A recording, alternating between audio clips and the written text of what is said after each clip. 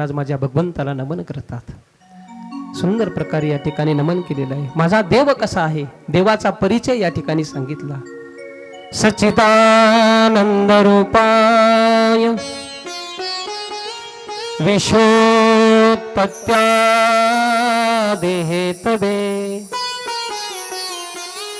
तापत्रय विनाशाय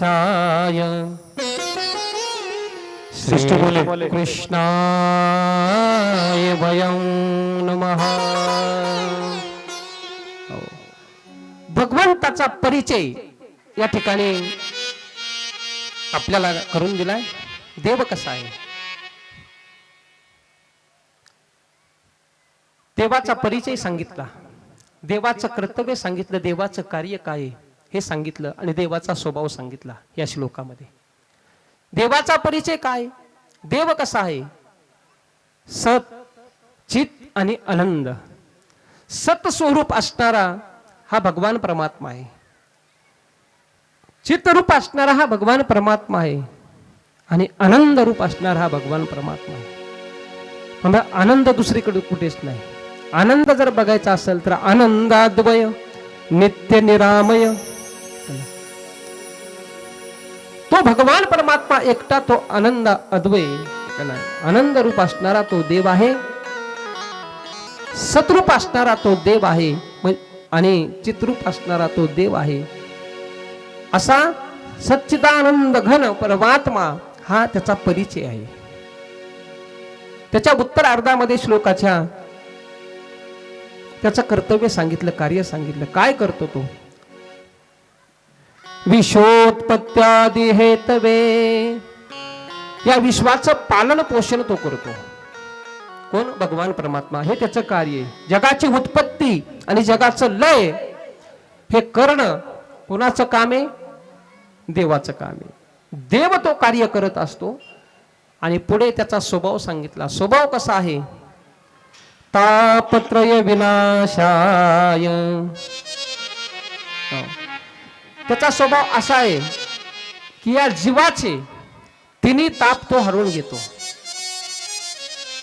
हा जीव तीन तापाने या ठिकाणी त्रस्त झालेला आहे. प्रत्येक जीवाच्या मागे ताप लागलेला आहे.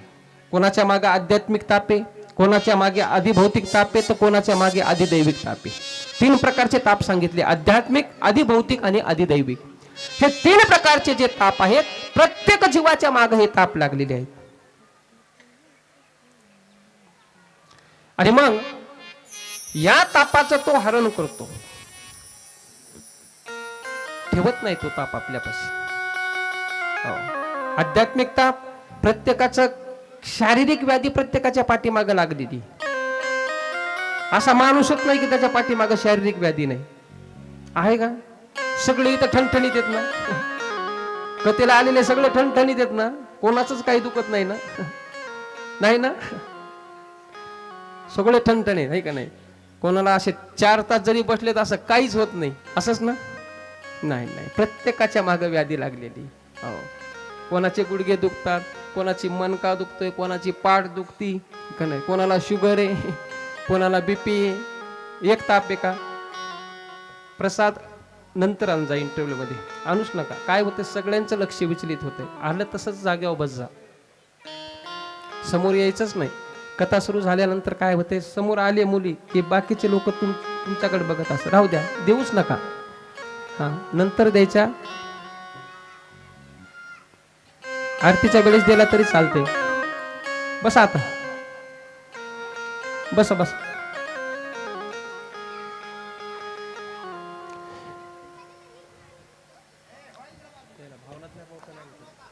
आणू नका आता, आणू.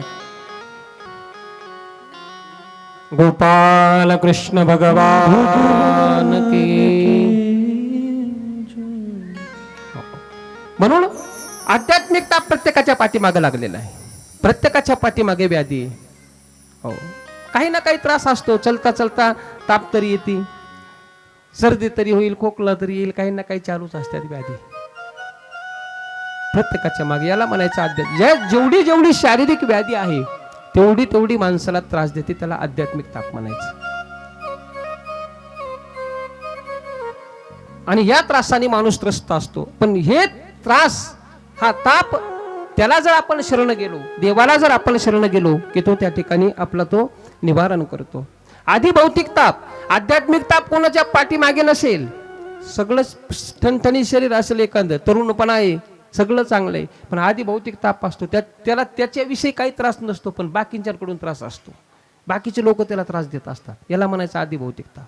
हो, चलता चलता कोणीतरी त्याच्याशी भांडणं करण्याचा प्रयत्न करेल, कोणी शेतात गेल्यानंतर भांडणं करण्याचा, कुठं गावाला गेलं तरी भांडणं करण्याचा प्रयत्न करेल. असे जे ताप असतात, बाकीचे लोक विनाकारण जे ताप देतात, त्याला आधी भौतिक ताप म्हणायचे. दुसऱ्यांकडून जो होणारा ताप असतो त्याला आधी भौतिक ताप म्हणायचे.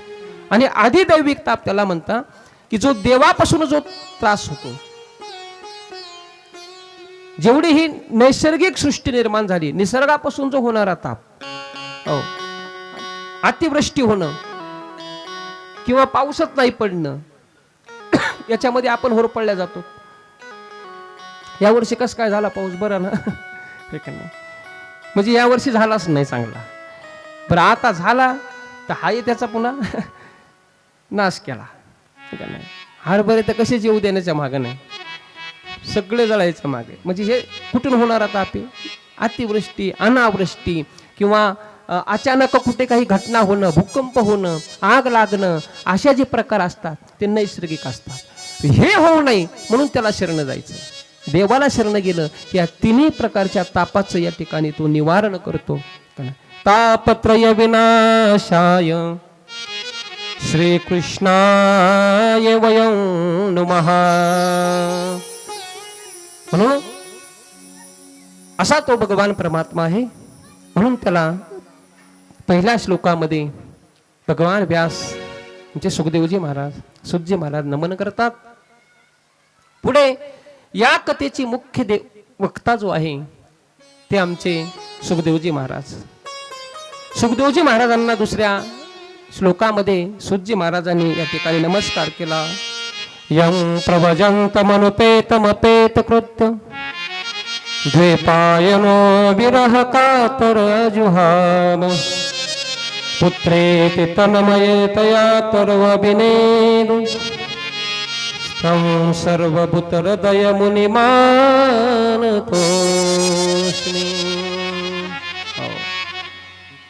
भगवान सुखदेवांना नमस्कार केला. सुखदेवजी कसे जन्माला आले त्याबरोबर पळत सुटले. आणि ज्यावेळेस पळत निघाले त्यावेळेस व्यास महाराज त्यांच्या पाठीमागत धावतात. आता नाव तर माहित नाही, कारण जन्माला आलेल्या बालकाला नावच नसतं. माऊली सांगतात, उपजली या बालकाशी नाव नये ते पाशी ठेविलेने नावेशी ओ देत उठे. जन्माला आलेल्या बालकाला नाव नसतं, त्याचं नाव आपल्याला ठेवावं लागतं बारसं करून. मग त्याला नाव नाही. जन्माला आल्याबरोबर सुखदेवजी पळू लागले आणि मग व्यास त्यांच्या पाठीमागे धावता. आणि मग नुसतं सुख सुख सुख सुख सुख सुख करत व्यास पाठीमागे धावत होते. त्यांना काय माहित कोणाला सुख म्हणायली. आणि म्हणून सर्व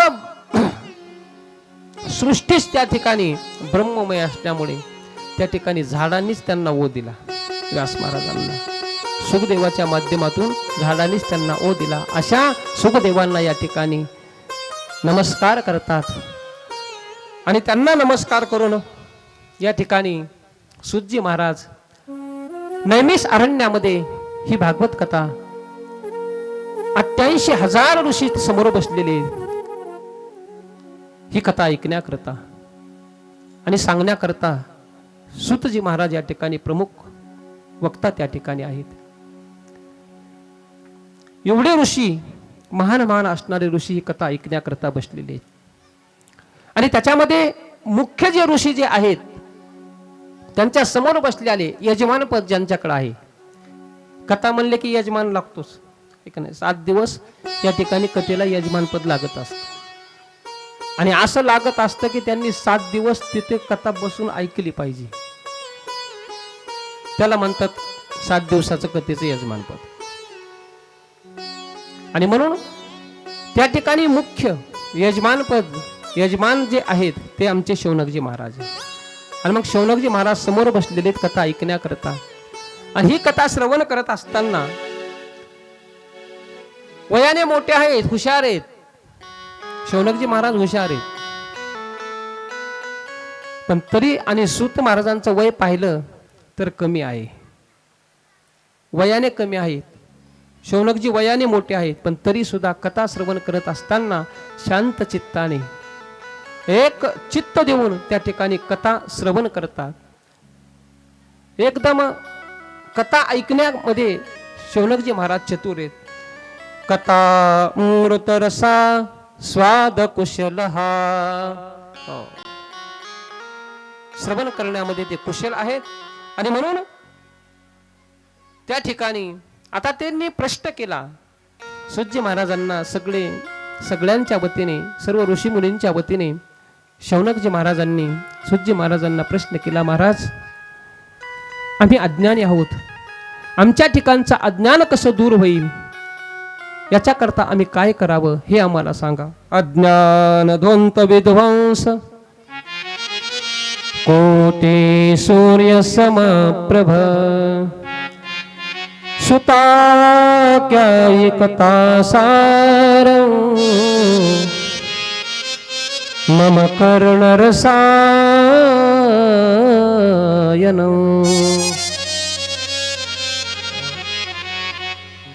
तुमच्या ठिकाणी जे ज्ञान आहे ते कोटी सूर्याप्रमाणे असणारं ज्ञान आहे. संतांच्या ठिकाणी ज्ञान किती याचा अंदाज नाही माहिती. संत किती ज्ञानी आहेत याचा अंदाज लागत नाही. खूप ज्ञानी असतात संत. एवढं ज्ञान असतं सांगू. मायबाप माझ्या ज्ञानोबारायाकडे एवढं ज्ञान आहे की ज्ञानाचे सागर आहेत माझे ज्ञानोबाराय. काय ज्ञानाचे सागर आहे. हो, संतांच्या ठिकाणी स्वतः भगवान म्हणतात ज्ञानोबारायाला, ऐकेगा ज्ञान चक्रवर्ती तो तव ज्ञानाचीच मूर्ती. नाही मी तर म्हणतो ज्ञानच ज्ञानोबारायाच्या रूपाने प्रगटलं मायबा. हे जे ज्ञान जे प्रगटलं ना ते ज्ञानोबारायाच्याच रूपाने प्रगटलं. प्रगट गुह्य बोले विश्व ब्रह्माचे केले, राम जनार्दनी चरणे मस्तक ठेविले. हो, हे ज्ञान माझ्या ज्ञानोबारायाकडे. म्हणजे संतांकडे हे ज्ञान असतंच आणि ते जीवाचा उद्धार करण्याकरता ज्ञान असतं.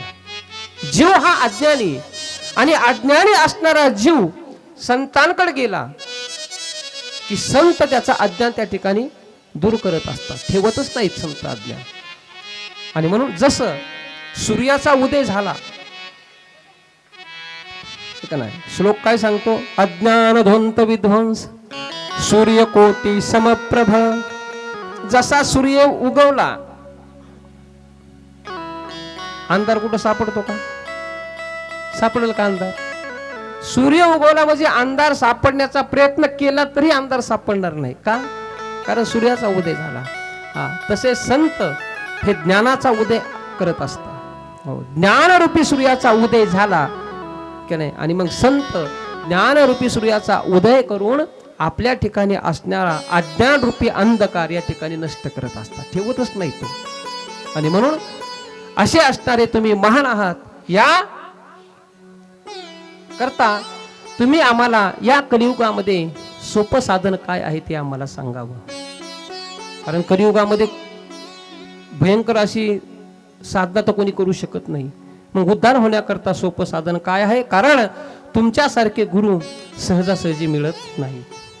चांगले संत मिळण्याकरता सुद्धा भाग्यच लागतं. गुरुकृपा होण्याकरता भाग्यच लागतं मायबाप. कारण गुरुकृपा ही फार मोठी आहे आणि गुरुशिवाय माणसाला कोणत्याही प्रकारचा या ठिकाणी अनुभव येत नाही. माऊली सांगतात, गुरु विना अनुभव कैसा कळे, भावे विना देव न कळे निसंदेह,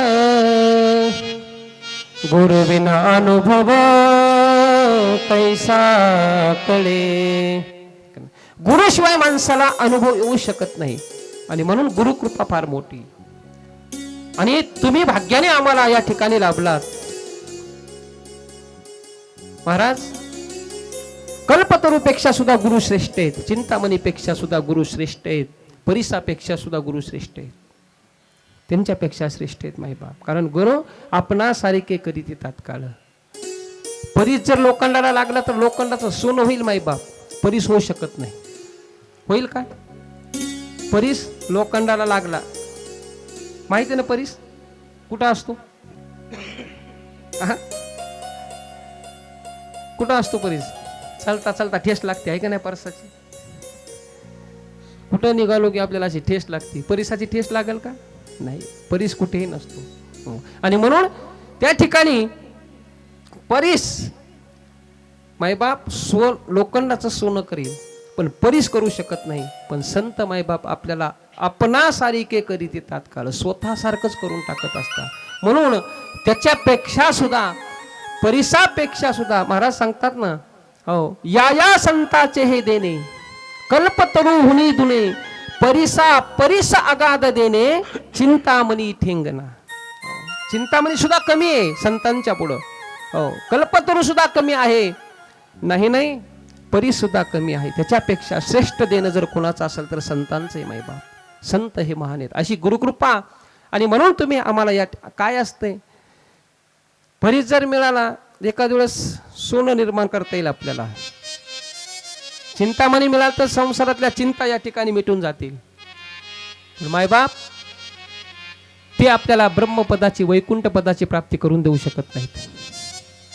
हो, महाराज सांगतात ना, चिंतामणीर लोकसुखम सुरद्र स्वर्ग संपदम प्रयच्छते गुरुर्प्रीतो वैकुंठं योगी दुर्लभम.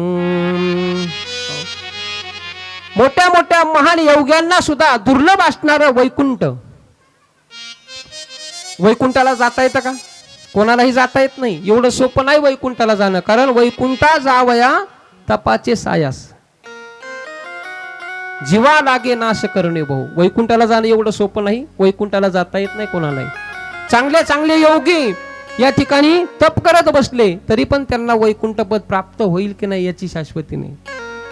म्हणून पण ते सहज गुरुकृपा जर झाली तर ते वैकुंठ पद माणसाला सहज प्राप्त होऊ शकतं. म्हणून तुम्ही फार या ठिकाणी आम्हाला या ठिकाणी लाभलात. म्हणून आमच्या जीवनातला अंधकार या ठिकाणी नष्ट करा.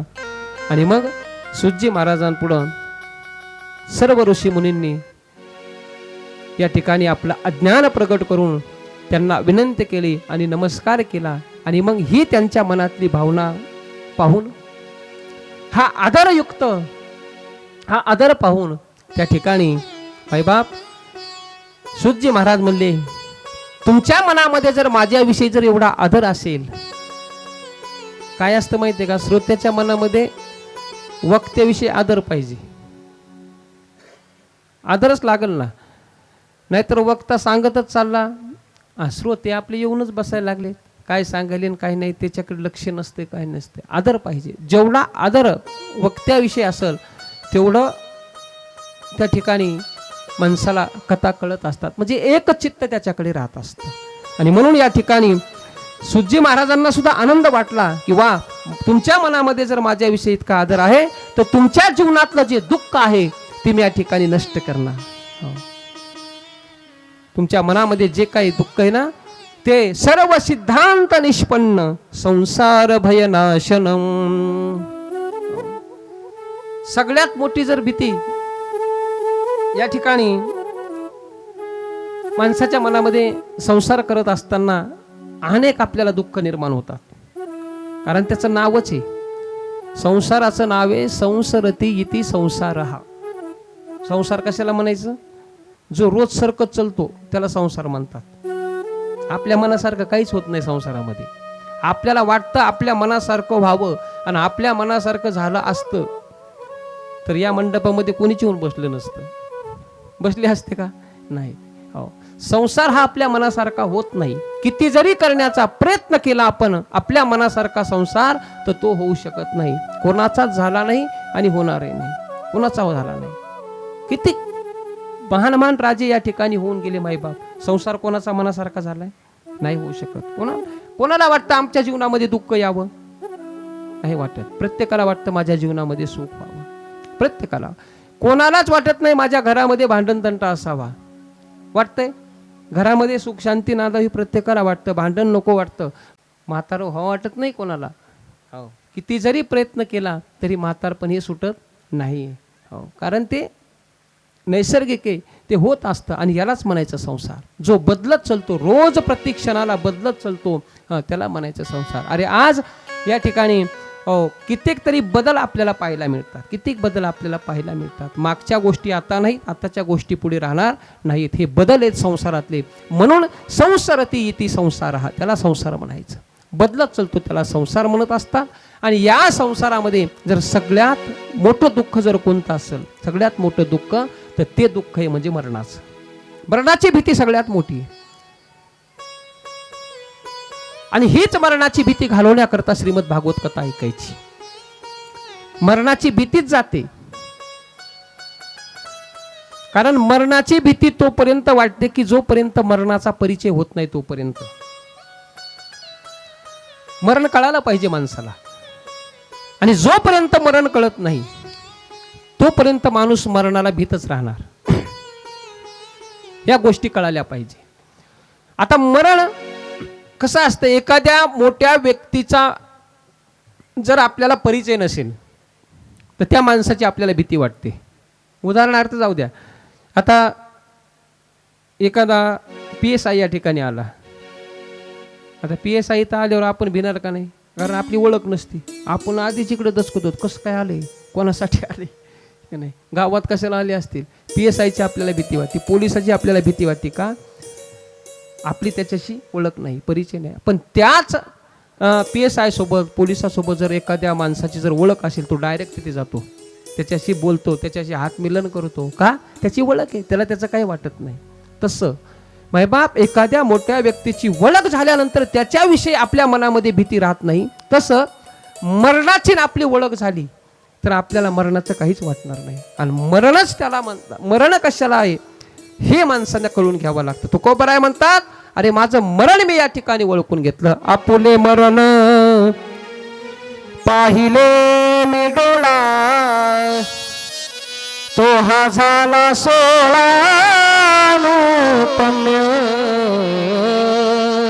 तुकोबराय म्हणतात, माझं मरण मी माझ्या डोळ्याने पाहिले. हो, माणूस रोज मरतोय मायबाप, रोज मरतोय. माणूस रोज मरतोय, पण आपलं मरणाकडे लक्ष नाही.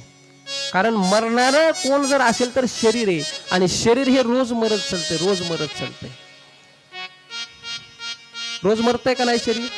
रोज क्षणाक्षणाला क्षणाक्षणाला ह्या काळाच्या तावडीत जाणार हे शरीर आहे.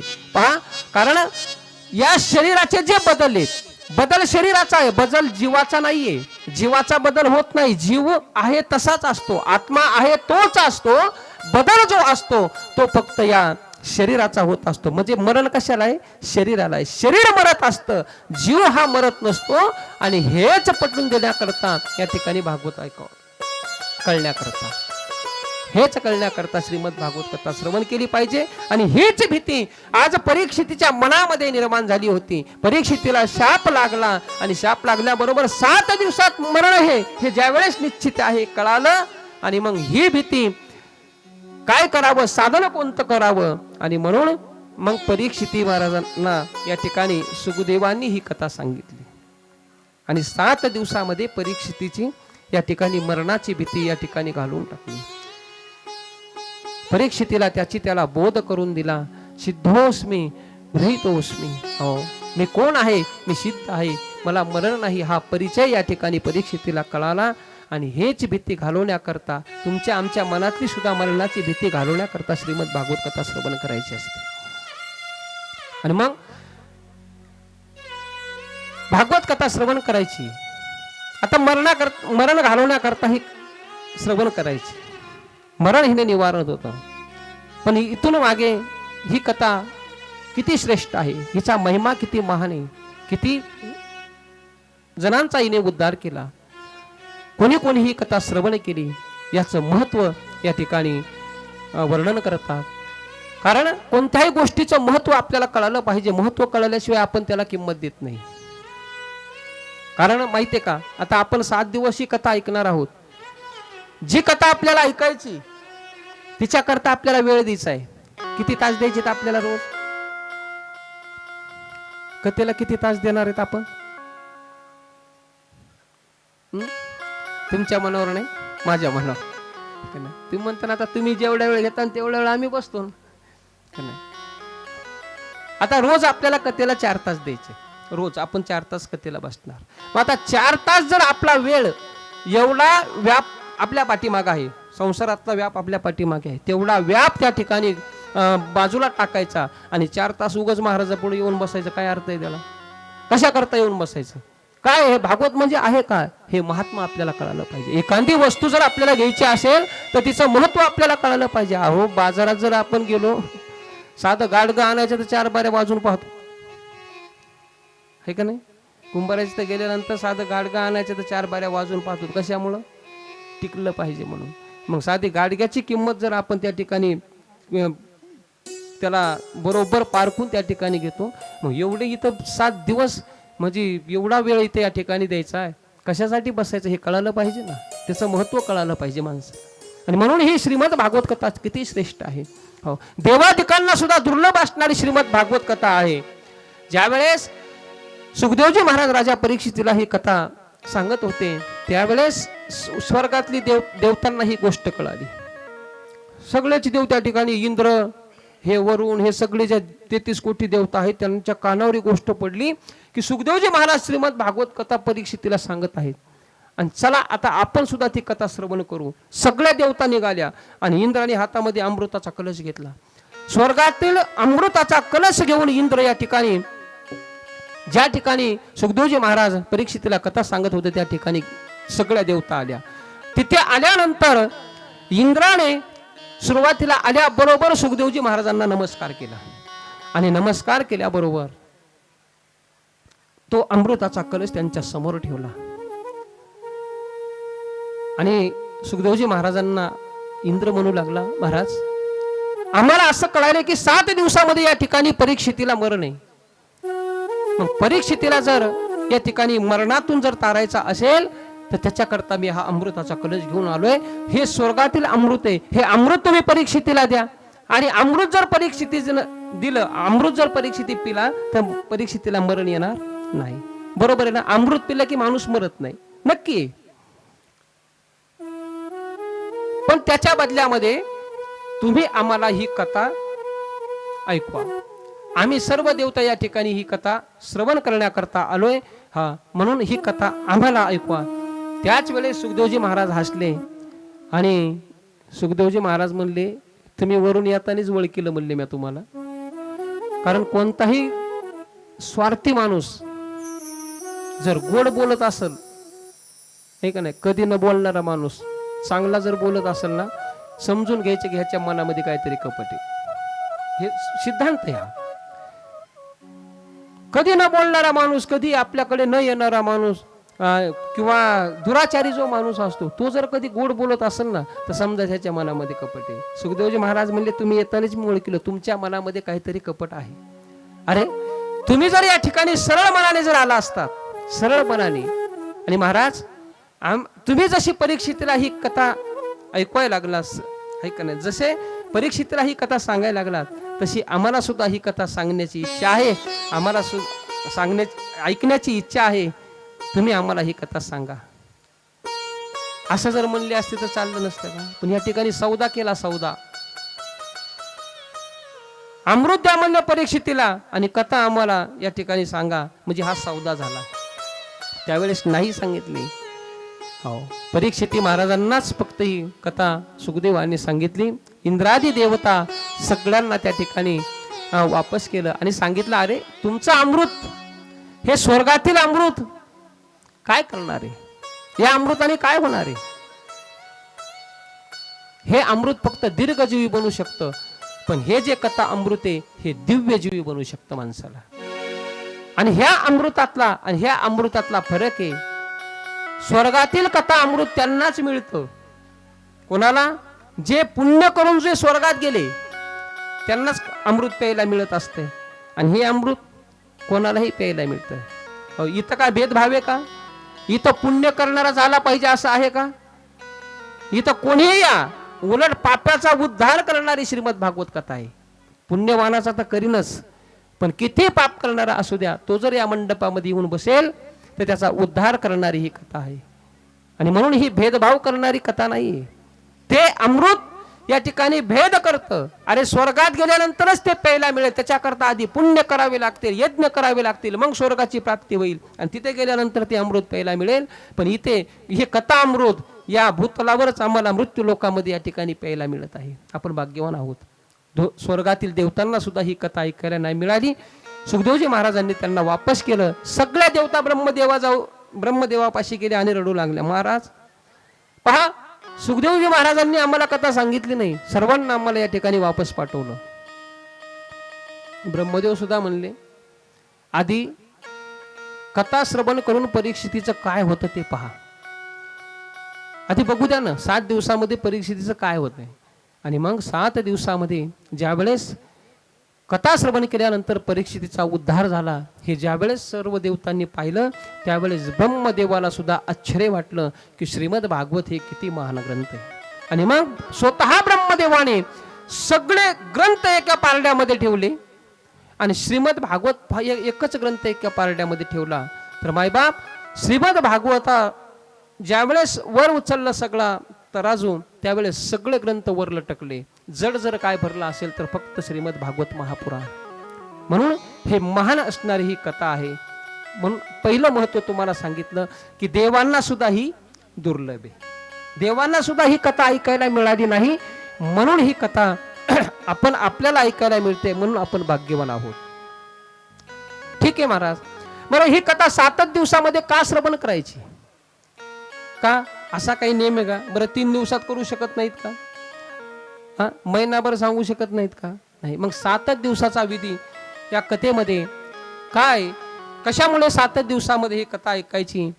त्यावेळेस हा नियम कोणी सुरू केला, कोणापासून ही कथा सुरू झाली? त्यावेळेस सुखजी महाराज शौनकादी ऋषींना सांगता की हा जो नियम चालू केला त्यावेळेस ही कथा सनकादिकांनी नारदांना सांगितली आणि नारदांनी ही कथा 7 दिवस एका जागेवर बसून ऐकली. त्यावेळेस ऋषींनी प्रश्न केला, महाराज नारद तर एक क्षण सुद्धा कुठे थांबत नाही, सारखे धावत म्हणजे भ्रमण करत असतात. नारद एके ठिकाणी थांबत नाहीत. लय जास्तीत जास्त नारद फक्त 6 सेकंद थांबत असतात एके ठिकाणी. आणि मग त्यांनी इतके 7 दिवस ही कथा का ऐकली, कशामुळे ऐकली?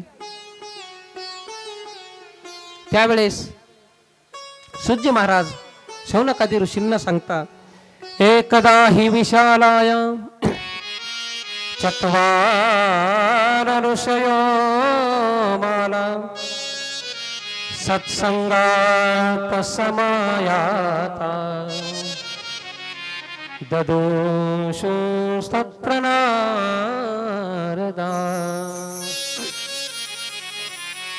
एकदा हे 4 भावंड सनकादिक मैबाप या ठिकाणी भूतलावर सत्संगाच्या भेटीने या ठिकाणी फिरत होते. आणि मग त्या ठिकाणी फिरत असताना त्यांना वाटलं आपल्याला कुठेतरी सत्संग मिळेल. त्यांना त्या ठिकाणी नारद दिसले आणि ज्यावेळेस नारद दिसले, नारदाला पाहिल्यानंतर यांना आनंद वाटला. 4 भावंड खुश झाले, आनंदी झाले. वा, नारदजी या ठिकाणी आहेत, नारदजीची भेट झाली. पण ज्यावेळेस नारदापाशी गेले ना त्यावेळेस नारदाचा चेहरा पडलेला होता. नारद खूपच नाराज झालेले होते, दुःखी दिसू लागले नारद. आणि मग ज्यावेळेस नारद दुःखी दिसले त्यावेळेस सनकादिकांनी त्या ठिकाणी त्यांना प्रश्न केला, कथं ब्रह्मानंदमुखं कुत चिंतातुरो भवान् त्वरित गम्यते कुत्र कुतच्छागमनं तव. नारदजी, तुमचा चेहरा एवढा उदास का दिसतोय? तुमचा चेहरा एवढा पडलेला दिसतोय? कारण संतांचा चेहरा जर उदास असेल, संत कधी उदास नसतात. आणि संत जर दुःखी जर झाले तर स्वतःच्या दुःखाने संत दुःखी होत नसतात. कोणाच्या?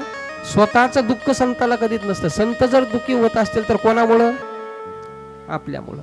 हो, या जगामुळं संत दुःखी होत असतात. हे जग ज्यावेळेस दुःखी आहे असं संतांच्या लक्षात येतं, म्हणून संत त्या ठिकाणी दुःखी होत असतात. या जगाचं कल्याण करण्याकरता संत मायबाप रोज या ठिकाणी ही चिंता जर कोणाला असेल तर संताला, जगाचं कल्याण व्हावं ही चिंता कोणाला सतावत असतील तर संताला सतावते. पण या ठिकाणी नारद एवढे दुःखी दिसायला लागले, एवढे दुःखी दिसायला लागले की त्यांच्या जीवनामध्ये असं वाटायला लागलं की जसं यांचं काय हरवलंच. खूप दुःख त्यांच्या जीवनामध्ये झालं.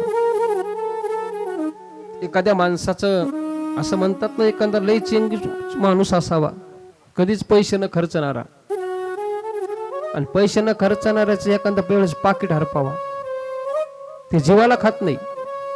हो, कधी सिटीमध्ये गेला, कधी टाइम आला तर कधी पाणी पण पिणार नाही. ताण लागली तर घरी जेवून पाणी पिईल पण कधी बिस्लरी घेऊन पिणार नाही. एवढे काय काय माणसं चिकट असतात. आणि तशा माणसाचे एका वेळेस चलता चलता जर 10,000चं बंडल हरपलं मी तर म्हणतो मग ते 2 वर्ष भाकरच खातो का नाही काय माहिती, इतके काही काही चिंगट असतात. मग असे माणसं काही अशा माणसासारखा तुमचा चेहरा दिसतोय. एखाद्या चिंगट व्यक्तीचं या ठिकाणी धन हरवलं असा चेहरा तुमचा उदास दिसायला लागला का नाही. बरं असं म्हणावं तर संतापाशी असं धन कोणतं नाहीये. संतांचं धन कोणतं आहे? संत पैशाला धन मानतात का? नाही. संतांचं जर धन काय असेल तर महाराज सांगतात, आम्हा घरी धन शब्दाची चरणी. काय असेल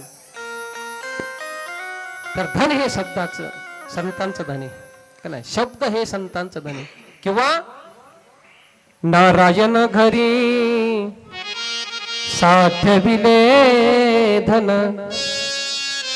अवघेची वान तया पोटी.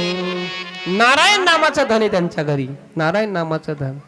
पायोजे मैने राम रतन धन पायो, पायोजे मैने राम रतन धन पायो.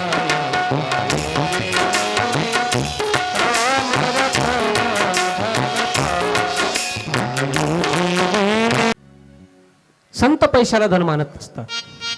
संत जर खरं धन जर कोणतं असेल संतांचं तर शब्द हे संतांचं धन आहे. नारायण हे संतांचं धन आहे.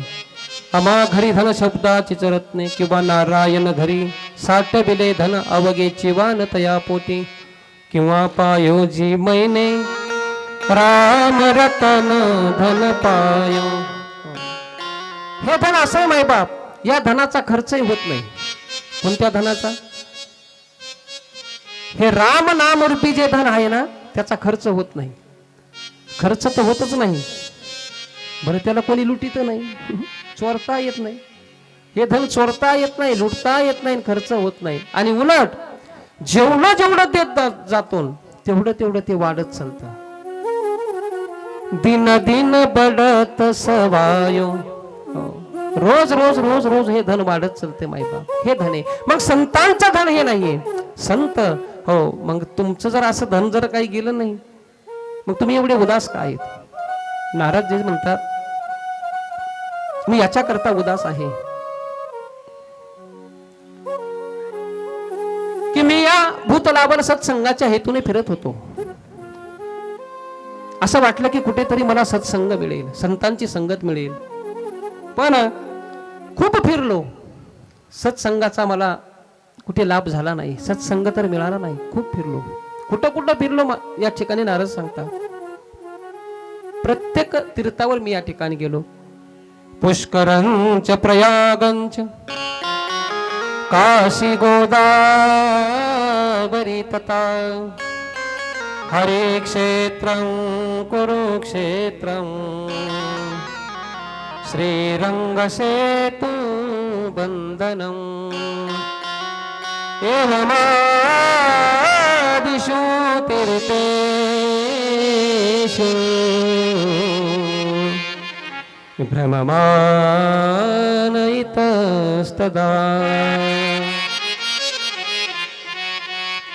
पुष्कर पाहिलं, प्रयाग पाहिलं, काशी पाहिली,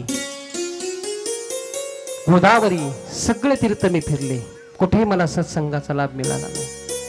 उलट जिथं जावा तिथं मला असं पाहायला मिळालं माझ्या नजरेमध्ये. जिकडं गेलो तिकडं संतच पाकांडी दिसायला लागले. नारदजी वर्णन करतात बरं का. नारद स्वतः वर्णन करायले. कुठं जावा, जिथं जावा तिथं, तीर्थक्षेत्रावर जर गेलो तर त्या ठिकाणी सुद्धा सर्व भ्रष्टाचार माझ्या नजरेमध्ये मला मिळाला. सर्व दर्शनाकरता पैसे, हो, स्नानाकरता पैसे, कुठं तीर्थक्षेत्रावर. हो, एखादं वाटलं असं की चांगल्या आश्रमामध्ये जाऊन बसावं, त्यागी महात्म्याच्या संगतीत जावं असं मला वाटलं. महात्मे त्यागी, नाव त्यागी महाराज, पण असे त्या ठिकाणी क्षेत्रावर जर पाहिलं तर सगळे आश्रमच त्यागी महाराजांची मला पाहायला मिळाले. नाव काय? त्यागी महाराज, आणि आश्रम कोणाचे?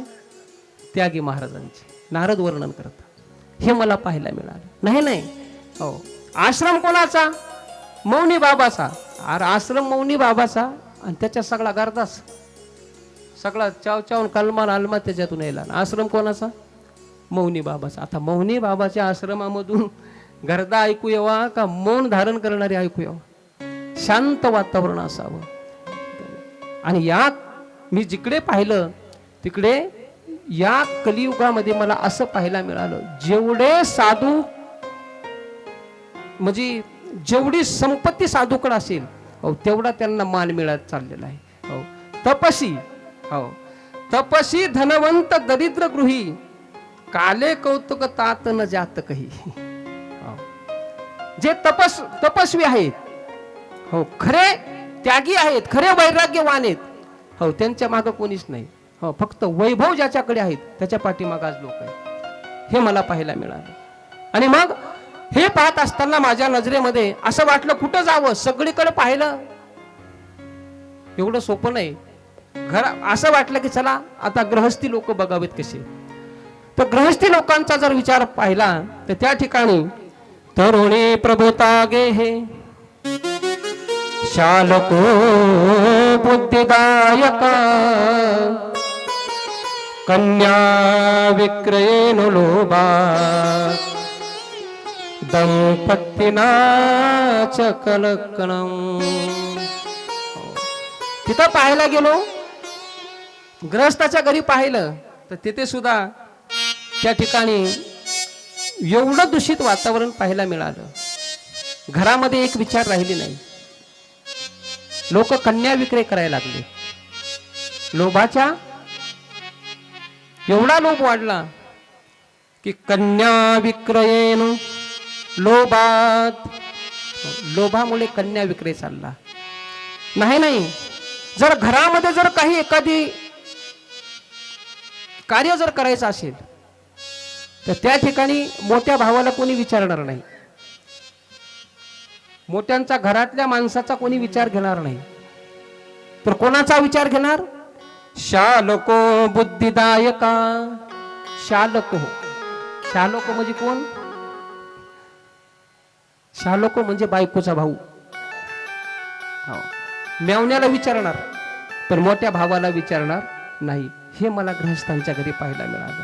आई वडिलाची सेवा बंद झाली. हेच पाहत असताना असं वाटलं की आता तीर्थक्षेत्रावर गेलो तिथेही मला सत्संग मिळाला नाही. गृहस्थी लोकांचं जीवन सुद्धा या ठिकाणी पूर्णपणे दूषित झालेलं दिसत आहे. मग जावा कुठं? आणि मग त्याच वेळेस माझ्या मनाला एक ठिकाण आठवलं आणि मग मी त्या वृंदावन या ठिकाणी गेलो आणि वृंदावनाला गेलो. पण वृंदावनामध्ये गेलो असताना तिथे सुद्धा मला एक आश्चर्य पाहायला मिळालं. वृंदावनामध्ये सुद्धा आश्चर्य पाहायला मिळालं. तत्राश्चर्यमयां दृष्टं श्रूयतां तनूनीश्वरा एका तु तरुणी तत्र निषन्ना खिन्न मानसा. त्या ठिकाणी माझ्या डोळ्याला एक आश्चर्य पाहायला मिळालं. एक तरुणी, युवती असणारी एक स्त्री त्या ठिकाणी बसलेली आहे आणि तिच्या आजूबाजूला शेकडो स्त्रिया त्या ठिकाणी तिला वारं घालत बसलेल्या आहेत. आणि तिच्या मांडीवर दोन म्हातारे बेशुद्ध अवस्थेमध्ये पडलेले आहेत मांडीवर. श्रीमद भागवत कथेचं महात्म्य मी तुम्हाला सांगत आहे, किती या ठिकाणी महत्व आहे.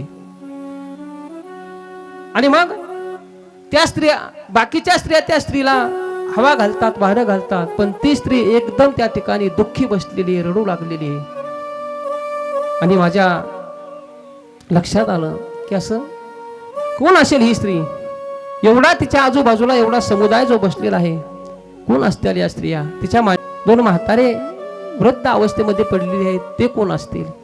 याचा विचार माझ्या मनामध्ये आला की चला तिला जाऊन विचारावं. पण विचार न करता पुढे गेलो आणि पुन्हा असं वाटलं की नको, इथे सगळ्या स्त्रियाच दिसत आहे. आणि म्हणून मी परत मागे फिरलो. आणि मग ज्यावेळेस मी मागे फिरलो त्याच वेळेस त्या युवतीने मला त्या ठिकाणी हाक मारली, भो भो साधु शनंतिष्ठ मच्चिंतामपि नाशयं दर्शनं तव लोकस्त सर्वतागहरं परम. हो साधू महाराज, एक क्षण थांबा, कारण तुमच्यासारख्या साधूच्या एक क्षणाची जरी संगती जर तुमची मला जर घडली तर माझ्या जीवनातले सगळे ताप या ठिकाणी नाहीसे होतील. म्हणून एक क्षण फक्त मला तुमचं दर्शन द्या. तुमच्यासारख्या साधूंचं दर्शन घडलं की जीवनाचा उद्धार झाला म्हणून समजा. म्हणून थांबा. आणि मग तिने बोलवल्यामुळं मी तिच्यापाशी गेलो आणि मग तिला मी विचारलं, वद देवे सविस्तारम स्वस्थ दुःखस्त कारणं. सांग तुझ्या दुःखाचं कारण काय? काय एवढी तू दुःखी आहे? कोणतं दुःख आहे तुझ्या जीवनामध्ये? त्यावेळेस तिने सांगितलं, कोण आहेस तू? ह्या स्त्रिया कोण आहेस तुझ्या आजूबाजूला एवढ्या बसलेल्या? हे दोन म्हातारे कोण आहेत? त्यावेळेस तुझा परिचय काय आहे तू सांग. त्यावेळेस तिने सांगितलं, अहं भक्ती रीती ख्याता हिमो मैतनयो मतो ज्ञान वैराग्य नामानो कालयोगेन जरो जरो. स्वतःचा परिचय त्या ठिकाणी देऊ लागली. ती म्हणली, माझं नाव भक्ती आहे. अहं भक्ती रीती ख्याता, मी भक्ती आहे. आणि हे जे दोन, हे जे म्हातारे जे दिसतात ना माझ्या मांडीवर पडलेले, ते माझे मुलं आहेत. त्यांचं नाव ज्ञान आणि वैराग्य आहे. मग ह्यांची अवस्था अशी का झाली? हेच तर माझ्या जीवनामध्ये दुःख आहे. म्हणजे तेच दुःख आहे. का? कारण माझा जन्म या ठिकाणी द्रविड देशात झाला, कर्नाटकामध्ये मी वाढले, हो, महाराष्ट्रामध्ये माझा काही ठिकाणी सन्मान झाला, पुढे काही राज्यामध्ये माझा अपमानही झाला. आणि म्हणून मी फिरत फिरत फिरत या ठिकाणी वृंदावनामध्ये आले. वृंदावनामध्ये आल्यानंतर मला या ठिकाणी पुनर्जीवन प्राप्त झालं. मला तरुण अवस्था या ठिकाणी प्राप्त झाली. पण माझे जे असणार हे मुलं आहेत ना, ज्ञान आणि वैराग्य, यांना तरुण अवस्था प्राप्त झाली नाही. हे म्हातारीच राहिले. का? कारण वृंदावन असं ठिकाण आहे, हो, तिथे भक्ती. तिथे गेल्यानंतर भक्ती एवढी वृंदावनामध्ये, म्हणून तिथं भक्तीला त्या ठिकाणी तारुण्य अवस्था प्राप्त झाली. वृंदावनम पुनःप्राप्य नवी जैव स्वरूपिणी. हो, त्या ठिकाणी मला नव यौवना त्या ठिकाणी प्राप्त झाली. पण माझे जे हे मुलं आहेत ते त्या ठिकाणी म्हातारे राहिले. आणि म्हणून मला या ठिकाणी दुःख झालेलं आहे. आणि म्हणून असं मला वाटतंय की इदं स्थान परित्यज्य विदेशो गम्यते मया. आता जर हे माझे मुलं जर तरुण नाही झाले तर मी इथं राहणार नाही. हे स्थान मी या ठिकाणी त्यागून दुसरीकडे जाईल, दुसऱ्या देशामध्ये जाईल. त्यावेळेस नारदजीच्या लक्षात आलं आणि नारदजीने सांगितलं, हे भक्ती माते, तू कुठेही जाऊ नको. माझ्या सर्व गोष्टी लक्षात आल्या. मी या ठिकाणी तुझ्या या मुलांना या ठिकाणी शुद्धीवर आणण्याचा प्रयत्न करीन. हो, आणि हे जर परिणाम जर कशाचा असेल तर हा या ठिकाणी कलियुगाचा परिणाम आहे. हे तुझे जे मुलं म्हातारे जे झाले ना, तो परिणाम जर कशाचा असेल तर कलियुगाचा आहे. कारण कलियुगामध्ये ज्ञान आणि वैराग्य तेवढं राहिलं नाही. भक्ती आहे थोडीफार, पण ज्ञान वैराग्य कमी झाले. ज्ञान कोणाला नको वाटतंय ना, वैराग्याचा तर मिळच नाही. हो, आणि म्हणून ज्ञान आणि वैराग्याच्या पाठीमागं कोणी नाही. आणि म्हणून या ठिकाणी म्हातारे झाले. मग हे असंच होत राहणार. आता इथून पुढे नारदजी सांगतात, वर्ष वर्ष क्रम जाता मंगल नापी दृश्यते. या कलियुगामध्ये जसं जसं जसं जसं आता दिवस जातील ना, मंगल नापी दृश्यते, म्हणजे चांगल्या गोष्टी डोळ्याने पाहायला मिळणार नाही. या ठिकाणी सगळं आपल्या मनाच्या विरुद्धच होणार. चांगल्या लोकांना हे बघवणार नाहीये. हे कलियुगाचं वार आहेच कलियुग. एवढं या ठिकाणी महाराज ते ठिकाणी सांगतात, कलियुगामध्ये सत्याला किंमत राहणार नाही, राहणार नाही. तुकोबराय फार या ठिकाणी सुंदर वर्णन करतात. ऐका ऐका कलीचे महिमा, असत्याशी रिजले जन, पापा देते अनुमोदन, करते हेळन संताचे. हे कलियुग आहे. ऐका कलीचे महिमान, असत्याशी रिजले जन. असत्याच्या पाठीमागे आज सगळं या ठिकाणी जनता जर कोणाच्या पाठीमागे राहील तर असत्याच्या बाजूने, सत्याच्या पाठीमागे राहणार नाही. आणि जे पाप करतील त्यांना या ठिकाणी अनुमोदन देतील. कर तू पाप, मी तुझ्या पाठीमागे. हे पाप करण्याला या ठिकाणी अनुमोदन देते. आणि संतांचं या ठिकाणी हेळन करतील. संतांना कोणी किंमत देणार. साधु संत को कोई नहीं माने, साधु संत को कोई नहीं माने, हिजड़ों को बहुमान, हिजड़ों को बहुमान. आई रे बेईमान दुनिया आई रे, आई रे बेईमान दुनिया आई रे. माता पिता को कोई नहीं जाने, माता पिता को कोई नहीं जाने, औरत को बहुमान, औरत को बहुमान. आई रे बेईमान दुनिया आई रे, आई रे बेईमान दुनिया आई रे, आई रे, आई रे.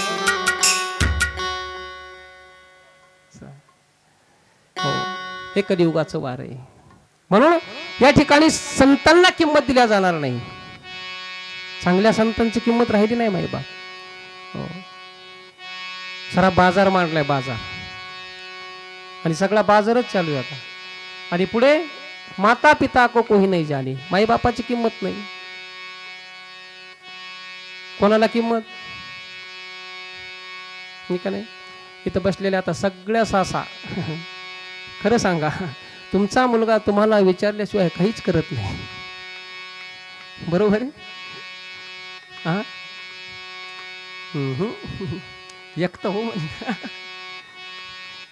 हे कलियुग नाही. अवघड झाले माय बाप. हो, कलियुगाचं वार आहे. मद्यपानाची शिराणी, नवनितान पुसे कोणी, केळवल्या व्यभिचारिणी, दैन्यवानी पतिव्रता. हे कलियुगाचं वार आहे.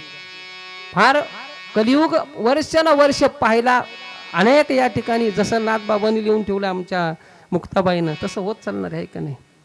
पृथ्वीमध्ये दादा एक विपरीत होईल, बहीण भावा दोघा जनाचा विवाह लागेल. 5 वर्षाची बाळा व्रतार मागेल, 6 वर्षाची नारी गर्भीन राहीन. निर्गुण निराकार दादा माहुर माझे गाव, निर्गुण निराकार दादा माहुर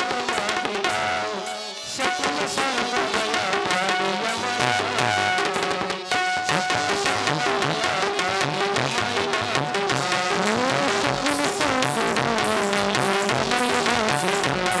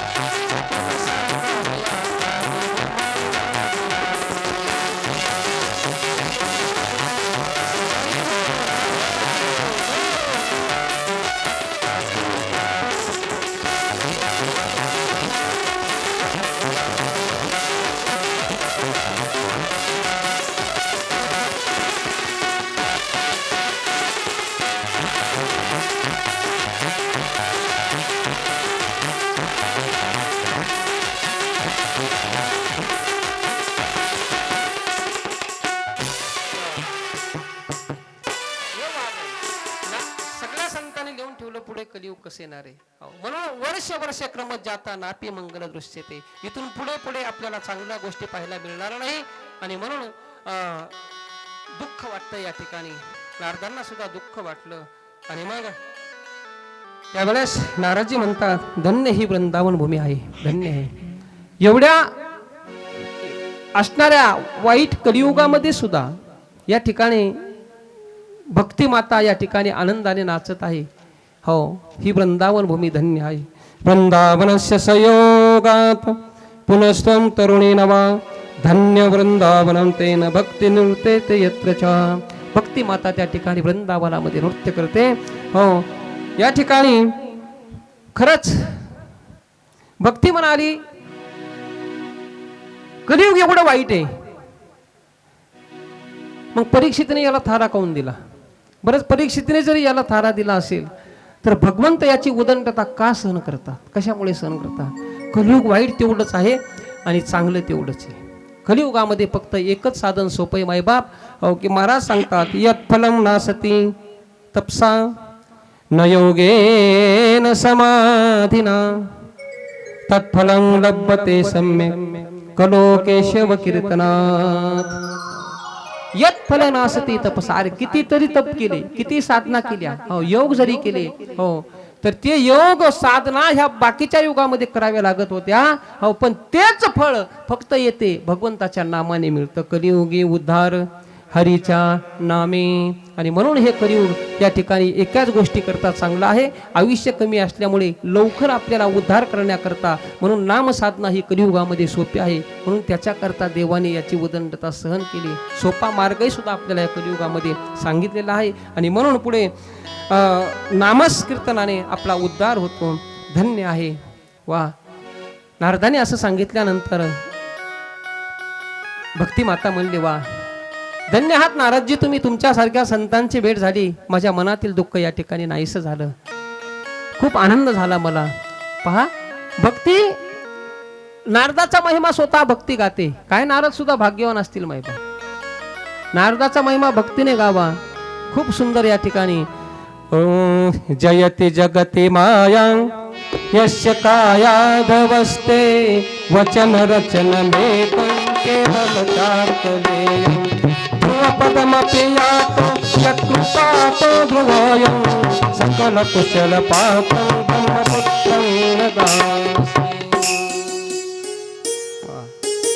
स्वतः भक्ती या ठिकाणी नारदाचा महिमा करू लागली.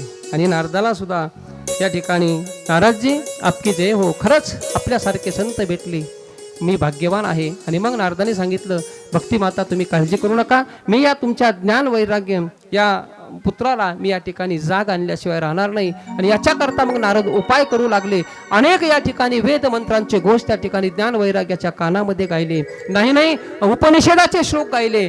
नाही गीतेचा पाठ, गीता पाटेर मुहुर मुहुर, म्हणजे मुहुर मुहुर म्हणजे पुन्हा पुन्हा पुन्हा पुन्हा पुन्हा पुन्हा गीतेचा पाठ यांच्या कानामध्ये गायला. गीता पाठ केल्यानंतर थोडेसे त्यांना त्या ठिकाणी ऊर्जा येत होते. पाठ संपला की लगेच पुन्हा बेसुद्धा अवस्थेत पडायचे. आणि मग काय करावं काही समजेना नारद त्या ठिकाणी. आणि मग त्या ठिकाणी आकाशवाणी झाली यद्धर्थ तु सत्कर्म सुरर्षे त्वं समाचरं तत्यकर्म विदाशन्ति साधं साधुभूषण. एक सत्कर्म तुम्ही करा आणि हे सत्कर्म जर कोणतं असेल तर ते तुम्हाला काही साधू सांगतील. आणि मग म्हणून मी आज या ठिकाणी फिरत आहे आणि मी भाग्यवान आहे, तुमच्यासारख्या साधूंची मला भेट झाली. हा सनकादिकांचा नारदाचा संवाद आहे. आता सनकादिकांची नारदाची ज्यावेळेस भेट झाली, नारद उदास का ज्यावेळेस सनकादिकांनी विचारलं, नारदांनी तेवढं त्यांना सांगितलं भक्तीचं चरित्र. आणि मग आता पुन्हा म्हणता की तुमच्यासारख्या संतांची मला भेट झाली, आता मला याचा उपाय कोणता आहे तो तुम्ही मला सांगा. सनकादिकांनी सांगितलं की याचा जर उपाय कोणता असेल, भक्ती ज्ञान आणि वैराग्याला या ठिकाणी शुद्धीवर जर आणायचं असेल तर त्यांना दुसरं कोणतंही साधन नाही. ते जर साधन कोणतं असेल तर फक्त त्यांना तुम्ही श्रीमद भागवत कथेचं श्रवण करा. श्रीमद भागवत कथा त्यांच्या कानावर गेली, श्लोक भागवत कथेचे श्लोक जर त्यांच्या कानावर पडले, त्याच वेळेस त्यांना त्या ठिकाणी ऊर्जा येईल आणि ते तारुण्य अवस्थेमध्ये या ठिकाणी प्राप्त होतील. आणि मग एकच करा त्याच्याकरता श्रीमद भागवतालाप सतो गीत शुकादिबे. ज्या शुकाचार्यांनी स्वतःच्या मुखातून जी कथा सांगितली ती कथा त्यांना श्रवण करा. आणि मग नारदजी म्हणतात, खरंच मी भाग्यवान आहे, संतांची भेट मला झाली. संतांच्या भेटीशिवाय माणसाला मायबाप देव प्राप्तीचा मार्ग या ठिकाणी प्राप्त होत नाही. भाग्योदयन बहुजन्म समर्जितेन सत्संगमस्य लभ्यते पुरुषो यदा वै अज्ञान हेतु कृत मोहमदांधकारं नाश विदाय हि तदोदयते विवेकः. भाग्यवान आहे मी. आणि म्हणून संत भेटीशिवाय देव प्राप्त होत नाही. आणि मग ठीक आहे, आता हा श्रीमद भागवत कथा कुठे करायची?